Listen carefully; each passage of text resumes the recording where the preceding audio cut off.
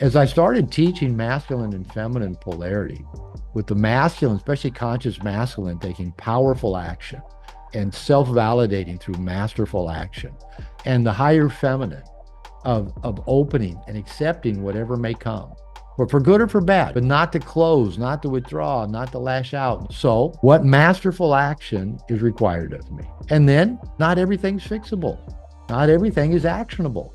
There's not always an answer of something we need to do or should do. And that brings us to calm acceptance.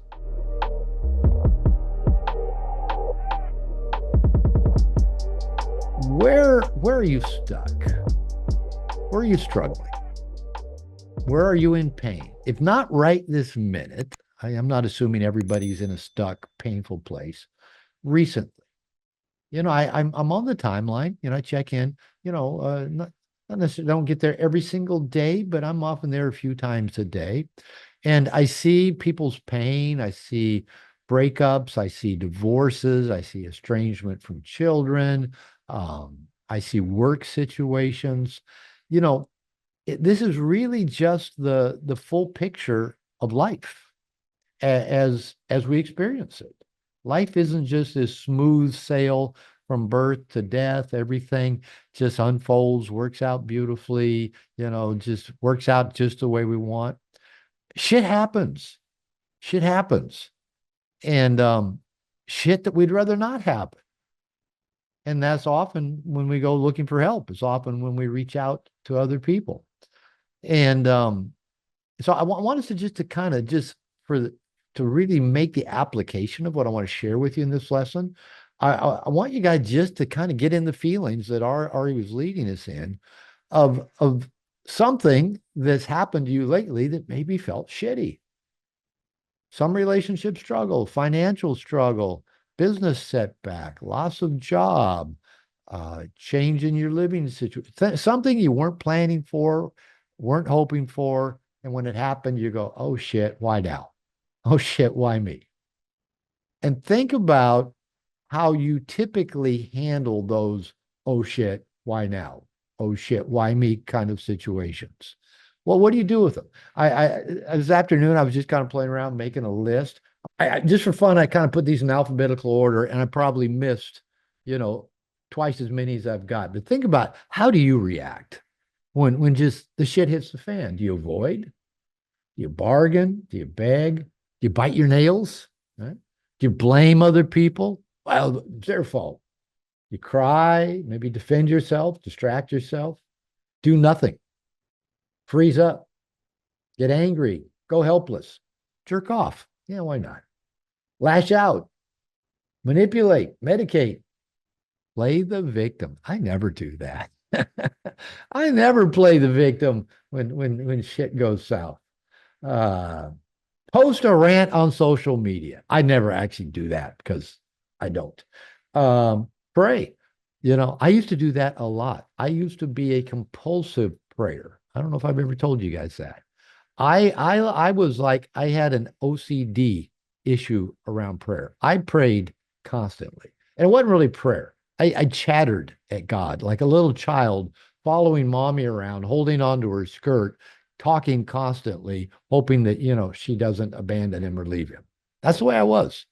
Um, Maybe we pull out our hair. I don't do that one either, or maybe that's where it all went. Um, Maybe we just put up with shitty situations. I've been there. I've done that. I'm a terrible ender. Maybe we retreat, ruminate. Anybody in here got ruminating brain? Brain gets spun up, ruminating whenever stuff gets stressful. Maybe we run away. Sleep. That's a good one. If you can't figure out what to do, just take a nap, sleep on it.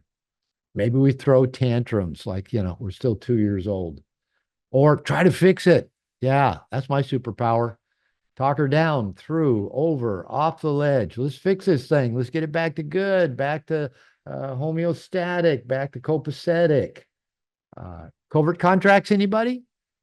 Oh, I'll do this if you'll do that. Yeah. Covert contracts with God, kind of what do they call them? Foxhole Christians or something. Oh, get me out of this one. I promise, I promise I'll be good. Just wondering why me? Why is this happening to me? As if somehow we're terminally unique. We're the only one that stuff happens to. So, as you think about something, anything you've struggled with, anything that's been a challenge for you, I mean, you might be in the middle of it right now. Okay. Think about what is your kind of reflexive way of responding to it. Let's bring it back to what we often call the serenity prayer. And most of us have heard this many, many times. I've done 12-step work in the past. Actually, I'd say my nice guy recovery began in a 12-step group. When I was going through my second divorce, I started going back to 12-step groups, used them as my men's group.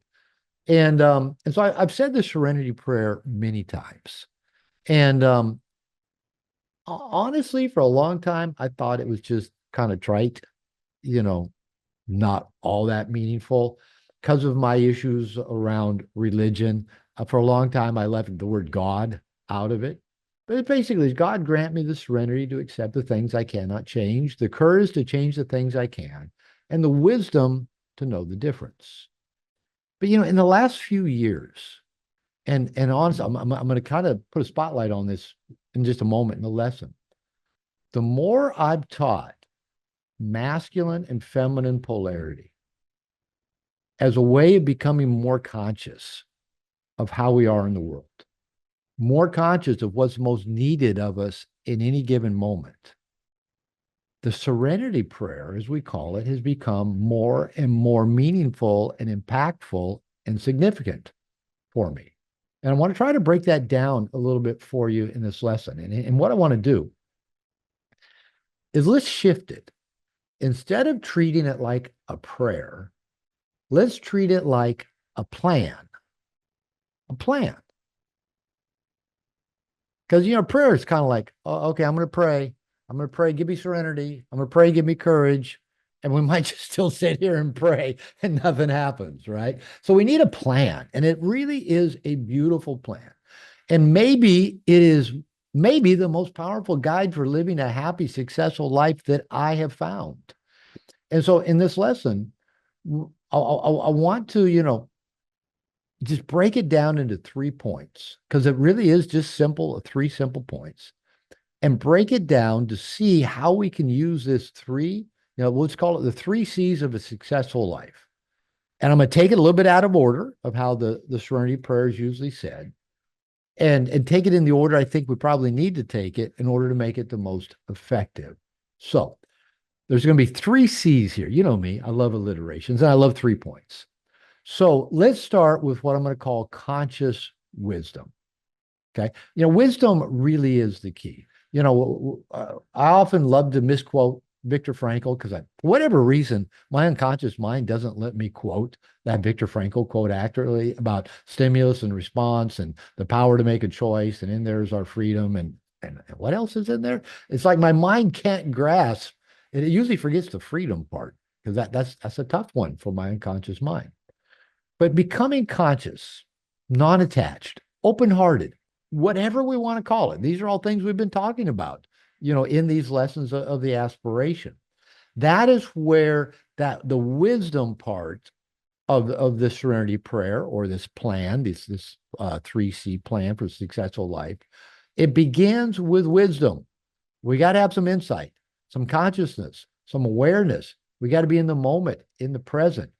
And I'm going to suggest 4 things to help us be more conscious and be in a place to make better decisions about what we can act on and change and what we surrender to and accept. So I'm going to suggest number 1, get out of the echo chamber. Whenever we're having issues, what's the first thing you do? Go talk to a friend? Go to a meeting? Tell your therapist? Usually we just start thinking, ruminating, going round and round and round. Maybe you've developed some good habits where you actually talk to somebody. But typically we get in this echo chamber and just keep ruminating and spinning. And sometimes, a nice, elegant answer comes up. But oftentimes there's no real way to test it because we're the only person that's been in on the conversation. And again, I'll misparaphrase Einstein, where he said the same thinking that got you into the problem you're in is not going to get you out of that problem. We need a different way of thinking about things. And often just talking with somebody else, just sharing what's going on, being frustrated, being in pain, doing that feeling work that Ari led us into gives us a clarity. Well, here's an action I can take, or here's what I need to surrender to, right? And we get clarity of knowing which it is we need to do. So, you know me, I'm a big fan of having a coach, a mentor, a men's group, good guy friends, that we don't do this stuff alone. I used to do it all alone. That doesn't work well. It didn't work well. So, in order to develop this conscious wisdom, we got to get out of the echo chamber. We got to talk to other people about it. And that's one thing I really encourage you guys to do. The second thing, and Ari, thank you again for that meditation. Embrace what your feelings want to tell you. You know, our feelings aren't just there to fuck with us. Our feelings are there to inform us. They're an alarm system to get our attention. Now, you guys may have heard me say, you know, this sounds funny coming from a therapist, but I say that feelings are often overrated, and talking about feelings is even more overrated. Now, feelings, we're not supposed to talk about them. We're supposed to just pay attention to them and say, what are they telling me? What action needs to be taken? Right? They're an alarm. You know, you probably have an alarm that wakes you up in the morning. Do you need that alarm to keep going off all fucking day long? No, you turn the alarm off and you're done with it, right? So once you've acknowledged and paid attention to the feeling, it gives you direction. And as you guys have heard me say in other lessons, those most powerful feelings often can be our North Star. If it's fear, if it's anxiety, use that as a way of directing you. If it's shame, remember when Dr. Robert Augustus Masters was on the call and he said, shame is the most difficult feeling for men to deal with. You know, I never even thought of shame as a feeling before he said that. But, you know, if we can, again, have safe people to go talk to for feeling shame, and that's usually going to keep us stuck, go tell somebody about it. Go tell them what your shame is, release it, let it go, and then move on and be done with it, because shame doesn't teach us much. It usually just keeps us stuck. Differentiation is my third point. You know, we've talked about differentiation, and that's the ability to ask yourself, what feels right? What's true to me? And then once you've decided what is true, what's your path of action? What's the right move? You then follow through on that, whether you have resistance outside of you and change back messages from the people around you that don't like your plan of action, who want you to stay in the plan of action that serves them, or the anxiety between your own ears, the neurotic guilt that says, I shouldn't be doing this. I could get in trouble. I could be fucking everything up. Somebody's going to be really mad at me. Oh no, they might leave me, right? If it feels right to you, if it is truly your North Star, point yourself in that direction and go. And then soothe yourself with all that other noise, which brings us to self-soothing, part 4 of this conscious wisdom. You guys know my mantra. I've shared this with you. Ground. Get your feet on the ground. Get solid. Breathe. Nice, easy diaphragmatic breathing. Open instead of closing. Why is this happening to me? Open. And then get curious. Now, that could be, why is this happening to me? But it's not a, oh, fuck, why is this happening to me? It's a curiosity. Why am I reacting this way? What story is my reaction telling me about me? Why is this other person or these other people doing what they do? Get curious rather than just projecting or blaming. So that's how we get this conscious wisdom to know, right? The wisdom to know the difference. You know, should I act? Should I sit? Should I stay where I'm at? Those 4 things. Get outside the echo chamber, talk about it. Embrace your feelings and use them as your North Star. Practice differentiation. Ask what feels right and then do it. Follow through on it. And then 4th, while you're doing those things that feel uncomfortable, practice the self-soothing. Okay, so point 2 in these 3 C's is courageous action. You know, the Serenity prayer starts with serenity. But if you think about it, might be kind of back-asswards. And it ends with wisdom. I think we need the wisdom up in the front of it. Okay. So the courageous action, you can only take courageous, conscious action after engaging in step one, the conscious wisdom part. The sitting with it, the being still with it, the meditating about it, the talking to somebody about it, the soothing yourself, coming from a place of response rather than reaction. Okay. So, what are your options? What are your options for action in any given situation? And again, maybe it always is a good question to ask, which of these options scare you the most? Hmm. Sit with those. Which ones scare you the most? And then maybe ask yourself, what support do you need? What resources do you need? We don't have to do this all alone. In fact, it's better we don't. And that's one of the things about difficult situations. Often, hopefully, it drives us to our knees and we say, I can't do this alone. I need help. I need friends. I need families. I need people at my side to do this. So what resources do we need? What backup do we need? Dealing with our fear of negative consequences. Well, what if we're taking an action? What if you're in a relationship and you realize you sit with it, you talk with some friends about it, you meditate on it, you soothe yourself, you say what scares you most, and you go, I need to set some really clear boundaries, and if those boundaries aren't respected, I need to remove myself. That can be challenging, especially if you've been with that person for a while. Maybe you got shared debt. Maybe you live together. Maybe you got kids. Maybe you got some kind of religious commitment wrapped up in that. Maybe you don't want to feel shame or embarrassment of another failed relationship. Yeah, all these unknowns. All right. I remember going through my first divorce. I found that book, Feel the Fear and Do It Anyway. And it just, the key message in there is, I'll handle it. No matter what happens, I'll handle it. That phrase saved my life. I went to bed countless nights, stressed, anxious. My young son, less than 2 years old, was with his mother, who was depressed. I felt shame because I'd left my son and my wife. I felt even more shame because it wasn't public knowledge yet, but I was having an affair with another woman. I was broke. I still had a job, but I was about to lose it. And I tell you what, I was a fucking mess. I was a mess. I fell asleep every night, just repeating, I'll handle it. No matter what happens, I'll handle it. That was 30 some years ago. Um, I didn't know how I was going to handle it, but I just kept saying that every night. And you know what?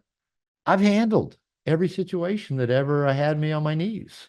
I've handled them all, including almost dying a few years ago. I've handled them. So we'll handle them. Again, don't go it alone. Bring a tribe along with us. Now, as the reason I'm going to tell you why the Serenity prayer, or at least the way I break it down, has been so meaningful and powerful to me. As I started teaching masculine and feminine polarity, with the masculine, especially conscious masculine, taking powerful action and self-validating through masterful action, and the higher feminine of opening and accepting whatever may come, but for good or for bad. It may be blissful, it may be abusive, but not to close, not to withdraw, not to lash out, not to pat, not to pout or hurt is hurt. Is that this courageous action?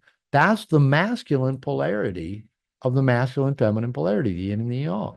So, what masterful action is required of me? How do I need to be in my higher conscious masculine? Okay. And then not everything's fixable. Not everything is actionable. There's not always an answer of something we need to do or should do. And that brings us to calm acceptance. So, what areas are outside of our power to positively affect? There's some things I just have to have a calm acceptance for. I have no control over the fact that I'm getting older. I'm going to die. Now, there are things I can do to improve my what's called health span. I can take good care of myself, which I'm trying to do. I'm still going to die. All right. So there are things that we need to relax into, that they may be upsetting to us. They may not be what we want. They may not be what we prefer, but they're out of our control. I've got a T-shirt. I bought it down at Rhythmia that just says "Relax, nothing's in control." And if you kind of think about it, yeah, it's humorous, but it's true. So I have to ask myself, where do I have to let go? Where do I get to let go? Where am I going to find peace in letting go? I can ask myself, what outcomes have I been attached to? And how can I become equally okay with every possible outcome? What can we welcome and be grateful for out of these things that we wish weren't happening to us? And this is an act of embracing our higher feminine, of being able to say, okay, this hurts. This is painful. This isn't what I want.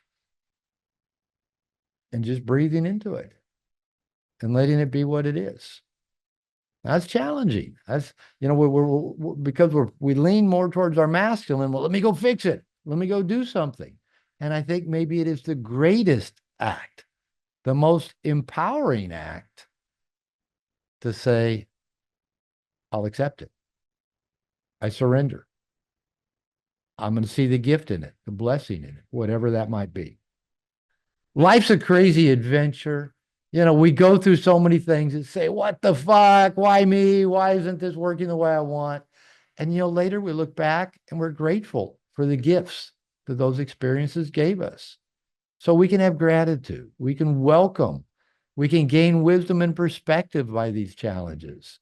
And they give us good stories to tell, right? There's nothing like almost dying that gives you a pretty good story to tell. There's nothing like, as I listen to the thunder outside my house, nothing like me being 2 minutes into a brotherhood call and the power going out in all of Puerto Vallarta and I disappearing in a call. It's a good story, right? So let's embrace the stories. I can't say that I get to that many college campuses. I just happen to be in Austin, Texas. I'm doing some interviews down there. And I'm staying in an Airbnb that wasn't far from campus. And there's just a lot of restaurants and food trucks and place to eat around. And I noticed a lot of young people. And what stood out to me about the young people, number one, is how young that they looked, and they're college students, I guess I expected a little bit more, maybe just physical development and maturity. And I noticed kind of guys and girls walking around, but most of them weren't like guys and girlfriends paired up. It'd be two or three girls, two or three guys kind of hanging out in gangs, kind of like the younger generation does. Um, the boys all looked pretty geekish. And it's not a judgment. They dressed like shit, which is maybe how young people dress on college campuses. I don't know. The girls looked good. They had good clothes on. They looked mature. And the boys, and I assume they're all in the same age group because they're all walking around together. I assume they're all college students. And it just amazed me how mature the girls look. They look like young women. And the boys look like still just kind of junior high-ish, like they'd never grown up. And it just struck me. And like I said, I'm not on a lot of college campuses, but I think that seems to be a general observation, maybe about kind of the Gen Z, that they don't have to grow up. They can just kind of be on their screens 24/7 and, they kind of can get by and function and, live with their parents. And I'm not being critical or judgmental about any of those things, other than it just struck me how the girls have matured and the boys are lagging behind. 'Cause I've started watching, more interviews and podcasts, because I'm on them. So, Yeah. I actually never watch me, but I'll go back and watch the people who've interviewed me, see who else I've interviewed.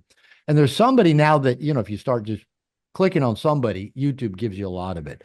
And I hope I'm getting his name right, but Scott Galloway, who he's basically an economist and teaches marketing, but he's now been talking about the issues that young adults in general are facing, but really especially young men. The job possibilities for a lot of young men have been taken over by women. And with I don't want to, I'll go out on a little bit of a limb here. With the DEI policies that, okay, we've got to include this people, these people, these people, these people. And what Scott Galloway is saying is nowhere in that DEI includes young white boys, young white men. Right. And in many ways they're underrepresented in the college pool, more and more, twice as many women are getting degrees as men, but yet somehow men haven't yet been seen as somebody who needs our attention, our assistance, our help. And so I just like just yesterday started listening to some of his interviews. And I mean he's outspoken and opinionated and seems well informed. So I'm just kind of beginning to dig into what he has to say. But it's not a matter of just telling young men like grow up, get some responsibility, go get initiated. And basically, he says the responsibility is on us older folks. He said, basically, in the U.S., he said, the country's being ran by a bunch of fucking old people.